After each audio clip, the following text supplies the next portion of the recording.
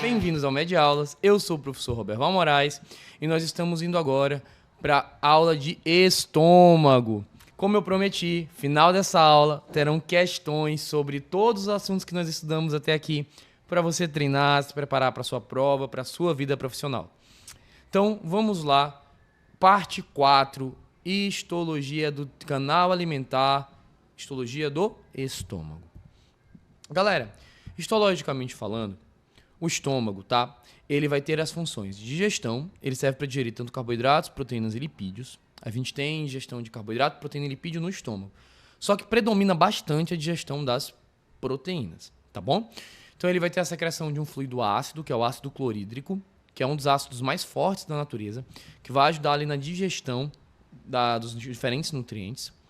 A formação do quimo, ele vai ter atividade muscular ali do músculo liso, que vai ajudar na formação desse bolo alimentar inicial. E ele também secreta hormônios. Secreta, não sei se você sabia, o estômago secreta vários hormônios diferentes. A gente vai ver. Anatomicamente, o estômago ele é dividido em 4 porções. O fundo, aqui em cima, o corpo, tá?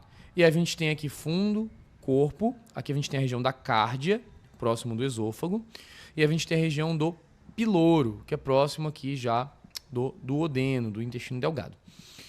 Embora anatomicamente nós tenhamos 4 porções no estômago, histologicamente nós vamos ter só 3. A gente vai ter uma histologia para o fundo, que vai ser a mesma histologia para o corpo, eles têm a mesma histologia, então a gente trata como mesma região, fundo barra corpo. Uma histologia para a região da cárdia e uma histologia para a região do piloro, tá bom? Então aqui é mostrando uma imagem de um corte em microscopia eletrônica e em microscopia óptica.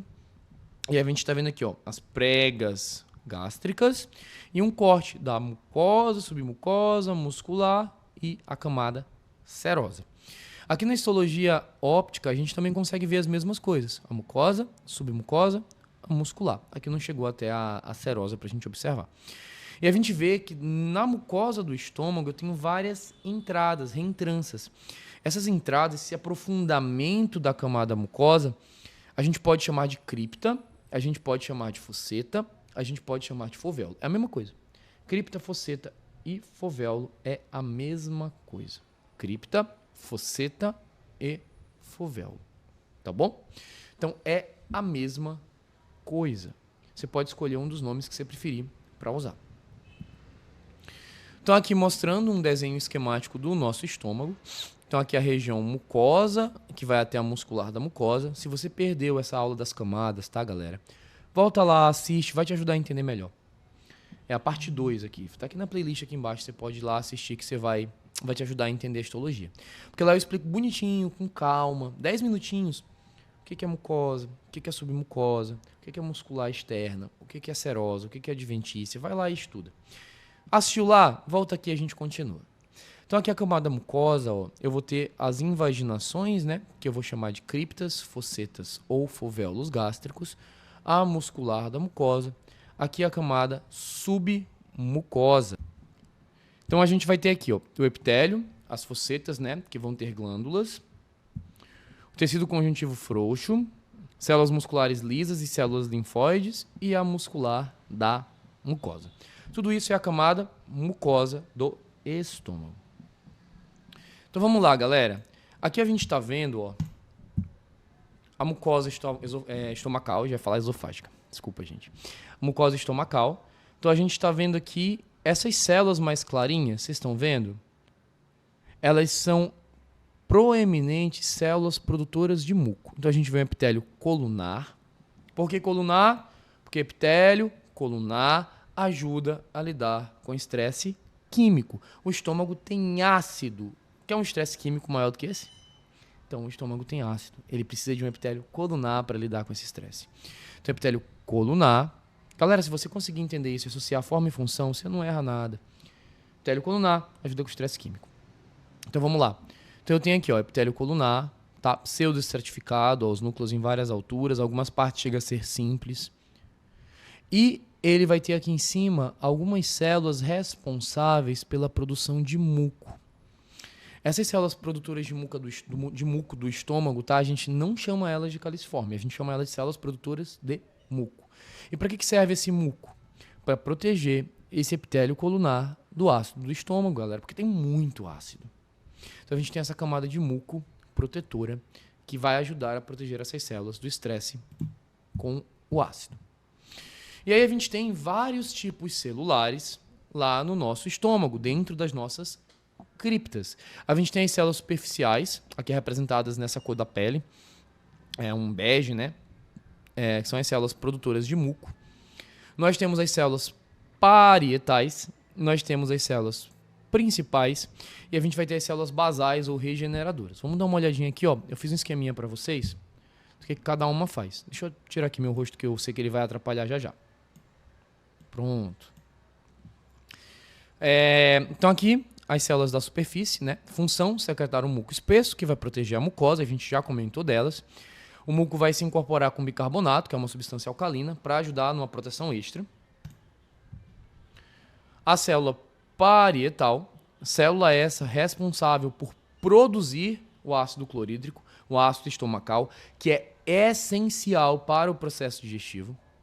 Além disso, essa célula parietal, ela também é responsável pela produção de um fator chamado de fator intrínseco. Galera, isso aqui é muito legal. O fator intrínseco, ele é uma molécula que quando você come vitamina B12, as cobalaminas, ele se liga a ela para permitir que você absorva lá no intestino. Sem fator intrínseco, eu não absorvo vitamina B12. Então, olha que interessante. Quando o paciente faz uma cirurgia bariátrica, tem vários protocolos. O meu paciente, o paciente lá do médico, ele vai fazer o quê? O que vai acontecer com ele, galera? Quando o paciente faz cirurgia bariátrica, a ideia dele é remover uma porção do estômago que vai ser responsável por um outro hormônio que a gente chama de grelina. E esse hormônio, ele vai servir, olha só, esse hormônio vai servir para fazer você sentir fome. Se você não tem essas células, você não vai sentir tanta fome. Mas o problema é que você tira junto células parietais. E essas células parietais diminuem a produção de fator intrínseco, tem menos célula produzindo, então você absorve menos vitamina B12. Então quem faz bariátrica, você que tem cirurgia bariátrica, você vai precisar fazer reposição de vitamina B12 intramuscular, não adianta você comer muita B12. Por quê? Porque você não absorve, porque você não tem o fator intrínseco. Olha que interessante, galera. Então o fator intrínseco aqui na célula parietal. Célula principal, ela vai secretar e sintetizar o pepsinogênio, que é uma molécula também muito importante para a digestão, que é a precursor da pepsina, que é uma molécula que quebra a proteína. Ela vai produzir lipase gástrica e ela também vai produzir gastrina. Então, lipase gástrica, que é uma enzima para quebrar lipídio, e a gastrina, que estimula a parietal a produzir o ácido clorídrico. E a gente tem as células mucosas do colo, que além de secretar um muco um pouquinho mais fino, né, para não atrapalhar aqui o processo digestivo, tem capacidade de diferenciar nas outras células maduras da glândula gástrica. E aí a gente tem células enteroendócrinas do estômago, que são células, galera, que são detalhando um pouquinho mais, né? Essas células vão produzir vários outros hormônios. A gente tem as células D, que produzem somatostatina, que ela impede a secreção de ácido. A gente tem a gastrina, que estimula, e a gente tem a somatostatina, que impede, para poder ter o equilíbrio. Ele também vai produzir ali, ele inibe a secreção de gastrina. As células SL, que a gente chama de enterochromaffin-like, que vai produzir histamina, que serve também para estimular a produção de ácido clorídrico. As células X e as células A, que vão produzir grelina, que é um hormônio que tem a ver com o apetite. Lembra que eu falei? Grelina, hormônio da fome. Quem produz? As células do estômago, da mucosa do estômago, do epitélio do estômago. Olha que legal, gente, entender histologia e associar a forma e função. Essas células aqui, quando eu diminuo minha sensação de fome. Eu não vou sentir tanta fome. A bariátrica, ela além de diminuir o tamanho do estômago, dependendo do protocolo, que vai fazer ali o meu plexo de Mason, né, perceber isso e regular a fome, eu também diminuo a produção de grelina, diminuindo diretamente a fome na cirurgia bariátrica. Mas cuidado, tem vários colaterais. Um deles é perder as células parietais, perder o fator intrínseco, não absorver vitamina B12. Então, vamos entender o todo para poder entender o que a gente está fazendo. E a gente tem as células enteroendócrinas que secretam 5-HT, que é a serotonina, o hormônio ali conhecido como hormônio da felicidade, mas que auxilia também e muito na motilidade gástrica, na contração do estômago, dos intestinos para o movimento peristáltico. Aqui eu trouxe para você uma estruturação das fases de produção de ácido clorídrico. O nosso estômago ele é regulado por duas fases, fase cefálica e fase gástrica. A fase cefálica, ela vai estimular o nervo vago. E a fase cefálica, tá, gente, é quando você pensa em comida. O nosso cérebro não sabe a diferença de você ver um hambúrguer na televisão e de você estar com um hambúrguer na sua frente para comer. Então, quando você vê uma comida saborosa, que você considera saboroso, você está ali com um pouco de fome, o seu estômago já começa a se preparar para a digestão. Por isso, quem tem gastrite tem que tomar cuidado com alguns estímulos visuais, porque a fase cefálica estimula o sistema nervoso entérico. Aí eu vou ter acetilcolina, eu vou ter as células G, que é a célula principal, liberando gastrina, tá? Célula G e célula principal é a mesma coisa. A gastrina vai agir na célula parietal, que vai produzir ácido. Se não tiver alimento para esse ácido digerir, você pode piorar a sua gastrite. O mesmo serve para você mascar chiclete. Você está mascando chiclete, você está falando do seu corpo que você está comendo, e aí ele vai começar a produzir ácido para tentar digerir, e você não vai engolir nada, né? Você vai cuspir o chiclete. Ao mesmo tempo, tem a fase gástrica, que é quando o alimento ele chega no estômago, a parede do estômago ela dilata, o plexo de Meissner e o plexo mioentérico percebem isso, vão secretar acetilcolina, essas células, tipo ECG, né, enterocromatographin-like, ela vai, SL, desculpa, ela vai produzir histamina, que vai estimular a produção de ácido clorídrico também pelas células parietais, tá bom? E aí, galera, a gente tem uma patologia que é a gastrite, que ela é interessante. Geralmente no nosso estômago nós temos forças danificadoras, isso normal, no fisiológico. A própria acidez, as enzimas, e nós temos forças de defesa, muco, as células, fluxo sanguíneo, bicarbonato, etc. Isso está normal. Quando eu tenho alguma coisa que desequilibra isso, que pode ser uma H. pylori, né, Helicobacter pylori, ela é uma bactéria que se nutre de mucina, de muco. Então ela come essa camada de muco protetor, logo o teu estômago vai ser agredido pela pouca produção de muco. A gente tem alguns anti-inflamatórios não esteroides, alguns anti-inflamatórios de uso comum, né? Diclofenaco, paracetamol, ibuprofeno, dipirona, que vão diminuir a produção de muco. Aspirina também faz parte aqui dos AINES. O ato de fumar, né? O cigarro, o álcool, hiperacidez gástrica, refluxo gástrico duodenal, tudo isso vai promover lesões. Se essas lesões não são controladas, eu posso ter uma úlcera, que é uma destruição dessa camada epitelial. Então aqui é só mostrando a gastrite, a infecção pela H. pylori, né? Então ela coloniza, ela tem a fase ativa e a fase estacionária. A fase ativa, ela vai começar a se nutrir ali do muco, ela vai ter os flagelos, vai produzir amônia e vai ter a ação da urease. Já na fase estacionária, ela penetra a cobertura de muco, produzindo adesinas, tá? Ela vai se ligar ali com afinidade a alguns receptores, que são, por exemplo, aqueles receptores contendo fucose, vai se fixar ali e vai começar a obter esses nutrientes, aqui ó, a fase 2. E aí, galera, dependendo da quantidade da colonização dessa bactéria que você tem, ela vai sim atrapalhar a produção de muco. Tem gente que tem a colonização, mas não atrapalha a produção de muco, então tem colonização por H. pylori, mas não tem gastrite, mas ela é sim um dos fatores causadores da gastrite. E aí ela chega na fase de colonização, elas vão se multiplicando, né, se reproduzindo, vão se expandindo, e aí eu vou ter a progressão da minha gastrite. Em paralelo, as células basais, tá, as células tronco da membrana basal, vão tentando repor as células que morreram pelo excesso de acidez no processo. E aí vira uma briga. Será que eu consigo manter o meu estômago funcional? Ou será que eu vou ter uma úlcera? Depende desses fatores.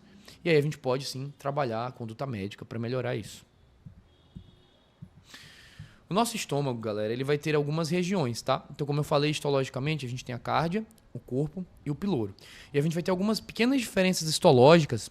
A histologia que a gente falou até aqui serve para todas as três. Mas a gente vai ter algumas pequenas diferenças histológicas entre os três e eu quero comentar com vocês. Deixa eu vir para cá. Então, a gente tem a cárdia. A região da cárdia, tá, galera? É uma região ali, a primeira região depois do esôfago. O esôfago chegou no estômago, eu tenho a região da cárdia. Cárdia vem de coração, tá, gente? Porque ele fica próximo anatomicamente da base do coração. Inclusive, dor nessa região de gastrite, por exemplo, pode ser confundida, de refluxo também, pode ser confundida com dor no coração. Então é um importante diferencial para dor no peito é verificar se a dor não vem do estômago ou do esôfago. Essa região cárdia, ela vai ter um único canal nas fossetas, né? Nas criptas gástricas.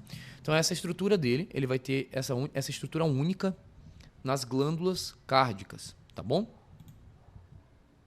Então aqui, ó, fosseta ou fovéola, né? Cripta é tudo a mesma coisa. Aprofundou, é um único canal, a gente chama de glândulas cárdicas.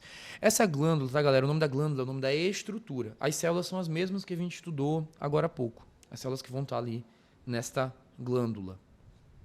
Eu vou usar a glândula entre aspas, porque não é uma glândula formando assim, nos ductos, que a gente estudou lá na histologia básica, não. A gente chama glândula porque tem células secretoras e tal. Essa estruturação da cripta a gente chama de glândula cárdica, tá bom? Quando a gente chega no corpo barra fundo, pensem assim, galera. Cárdia é a primeira porção. Eu estou transicionando do esôfago pro estômago. Então eu tenho pouca necessidade de secretar muita coisa, porque senão eu vou ter muito refluxo, etc. Eu tenho um único canal. Quando eu chego no corpo barra fundo, é a parte realmente do estômago, que vai digerir, que vai fazer tudo que o estômago tem para fazer. Então essa glândula, ela é multitubular, ela tem vários túbulos. Ela tem várias, estruturas, ela é ramificada, tá bom? Então aqui, ela vai ter muita célula parietal, aquela célula oxíntrica, que a gente também pode chamar. Vai produzir ácido clorídrico. Não que as outras não tenham, mas aqui tem mais. Porque aqui vai ter digestão mesmo. Então ela vai produzir ali bastante ácido. Tem muita mitocôndria nelas, porque precisa de muita energia para ativar isso. A gente tem uma bomba chamada de bomba de prótons, que ajuda na produção do ácido clorídrico. Inclusive, existe uma classe de medicamento, né, que são os inibidores da bomba de prótons, omeprazol, pantoprazol, aloprazol. São medicamentos que impedem a bomba de prótons, impedem a produção de ácido clorídrico, dificultam a produção de ácido clorídrico, diminuindo a produção de ácido estomacal, servindo aí para o tratamento da gastrite. Então, galera, tem médico que fala, é protetor gástrico, ele cria uma barreira protetora. Não, galera, ele diminui a produção de ácido. Diminuindo a produção de ácido, tem menos agressão. Barreira protetora é um muco, ela não influencia ali no muco. Ela influencia na acidez gástrica, dos inibidores da bomba de prótons. Tem muito médico que fala isso para ser didático, para explicar para o paciente, eu acho válido, mas dá para a gente explicar de maneira mais correta, né? Fisiopatologicamente falando, histopatologicamente falando. Então aqui são aquelas células que a gente já falou. A gente tem célula principal, células imogênicas, que ela vai produzir aí lipase, pepsinogênio, vai ter muito abundante dela nessa região do corpo barra fundo. Então aqui, estruturei para vocês as criptas, para ficar legal, Eu tenho aqui a minha cripta, né, a minha fosseta. Aqui na parte do colo eu tenho células mucosas, né, que produzem muco. Aqui na região do corpo eu tenho na porção inferior células parietais e na porção final células principais, também chamadas de células G. Já trabalhamos o que ela produz. E a última região do estômago, que é a região do piloro, ele também tem uma glândula única, só que no finalzinho ela dá uma ramificada, uma pequena ramificada. Ela já está ali chegando próximo da transição para o intestino. Então a cárdia é uma região que transiciona esôfago para estômago. É estômago já, tá, galera? Mas está ali muito próximo do esôfago. Piloro é uma região já muito próxima do intestino. E o corpo barra fundo é a parte que vai ter digestão mesmo, que vai ter mais célula, que vai ter mais ácido, que vai ter mais tudo para digerir de fato. Região do piloro bem bonitinho, A glândula vem, ramifica. A fosseta vem e ramifica. Olha que bacana, bem bonitinho aqui a imagem, bem real, a gente vendo as camadas. E aqui na região do piloro eu vou ter muita célula secretora de muco, tá? E aí as células secretoras ali da gastrina. Por quê? Porque essa região vai transicionar para o duodeno e o duodeno eu já vou precisar transicionar o meu pH. Eu também tenho aqui muitas células para renovação celular, né? Células tronco, para recuperar partes perdidas desse epitélio, células que morreram. Aqui eu trouxe um esqueminha para vocês, tá? Das células que a gente tem nas diferentes regiões, que é tudo que a gente já falou. E, como de costume, uma tabelinha comparando cárdia, corpo barra fundo e piloro, para você tirar print e estudar. Então, cárdia tem glândulas cárdicas, tem células mucosas superficiais, são as células mais abundantes, para evitar ali o refluxo, como eu já falei para vocês, para ter mais muco nessa região. Secretado principalmente muco e bicarbonato, proteção contra refluxo ácido. Região do corpo barra fundo, a gente vai ter as glândulas fúndicas, que tem muitas células oxíntricas, células parietais, células principais, longas e tubulares. Tá? A gente vai ter muito ácido clorídrico, pepsinogênio, digestão propriamente dita, estômago, como eu gosto de brincar com os meus alunos. É o estômago. E aí, a função predominante, digestão química, digestão enzimática, absorção de B12, que vai ter a ver com o fator intrínseco que a gente conversou. E a região do piloro, tem as glândulas pilóricas, que são mais tortuosas, né? Elas ramificam no finalzinho. A gente vai ter células mucosas, né? Para produzir muco. Células G principais para produzir gastrina, células D para produzir somatostatina, que tem a ver com a motilidade. Muco mais alcalino, porque eu vou transicionar para o intestino que vai ter um pH mais alcalino, oferece proteção contra ácido e regulação da secreção gástrica, motilidade. Então aqui eu trouxe um esqueminha para vocês desta regulação. Então, a regulação das atividades do estômago tem a ver com a regulação da atividade da contração peristáltica, os movimentos musculares da mucosa e a secreção das glândulas. E eu tenho mecanismos neurais, hormonais e locais. Neurais, hormonais e locais. Neurais, plexo de Meissner, plexo mioentérico. Hormonais, os diferentes hormônios que a gente comentou. Gastrina, grelina, somatostatina, por aí vai. Fatores locais como pH e fatores químicos. E aqui, galera, só a título de curiosidade, eu trouxe aqui para vocês uma imagem de efeito dos AINES, dos anti-inflamatórios não esteroides no estômago. Os anti-inflamatórios não esteroides, não querendo entrar muito na farmacologia, a gente vai ter módulo de farmacologia aqui no canal também, mas esses anti-inflamatórios, eles agem impedindo a conversão do ácido araquidônico nas prostaglandinas. Prostaglandina é o hormônio da dor. Está associado com dor, inflamação e desregulação térmica, né? Aumento de temperatura. Hipertermia, melhor dizendo. E aí essa conversão ela é feita pelas enzimas que eu chamo de ciclooxigenase. Eu tenho a ciclooxigenase 1 e a ciclooxigenase 2, que a gente chama de COX, né? COX-1 e COX-2. E aí eu tenho AINES que agem mais na COX-1, eu tenho AINES que agem mais na COX-2. E isso é interessante da gente saber por quê. Professor, anti-inflamatório faz mal para o estômago? A resposta é, depende. Depende de qual anti-inflamatório não esteroide e de qual via ele usa. Porque, por exemplo, a via COX-1, ela está associada, as prostaglandinas dela estão associadas com proteção da mucosa gástrica. Como? Secreção de muco. Plaquetas, tromboxano. Tem a ver com a hemostasia. Já a via da COX-2 tem mais a ver com febre, dor e inflamação. Então, olha só. Se eu bloqueio a COX-1, eu bloqueio a produção de muco. Se eu tenho menos muco, eu agrido mais o meu estômago. Então, esses anti-inflamatórios que bloqueiam o COX-1 fazem mal para o estômago. Se você tem gastrite, é melhor escolher um anti-inflamatório que vai agir na via COX-2. E aí, como de costume, eu trouxe uma tabelinha para vocês, né, gente? Eu gosto de botar essas tabelinhas de exemplos de anti-inflamatórios seletivos para COX-1. Por exemplo, a aspirina. A aspirina não é bacana para quem tem gastrite. Ela vai inibir COX-1, risco de lesão gástrica, porque eu não vou ter menos muco. Os não seletivos, que não selecionam, vão para as 2. As seletivos que preferem COX-2. E os altamente seletivos, que são os coxibes, né? Celerocoxib, etoricoxib, parecoxib, valdecoxib, que são melhores para quem tem gastrite, mas possuem risco para quem tem problema cardiovascular. Então, esses não são em absoluto melhores que esses. Tudo tem que associar, gente, a clínica, a fisiopatologia. O médico tem que pensar nisso tudo para poder passar o medicamento correto. Existe uma área também da farmácia, que é a farmácia hospitalar, que ela verifica tudo isso também. Então isso é muito importante. Lembrando que isso aqui não é aula de farmacologia, só estou enriquecendo a parte de histologia gástrica. A gente vai aprofundar nisso muito mais no módulo de farmacologia, tá bom? Como eu prometi, as questões aí para vocês estudarem.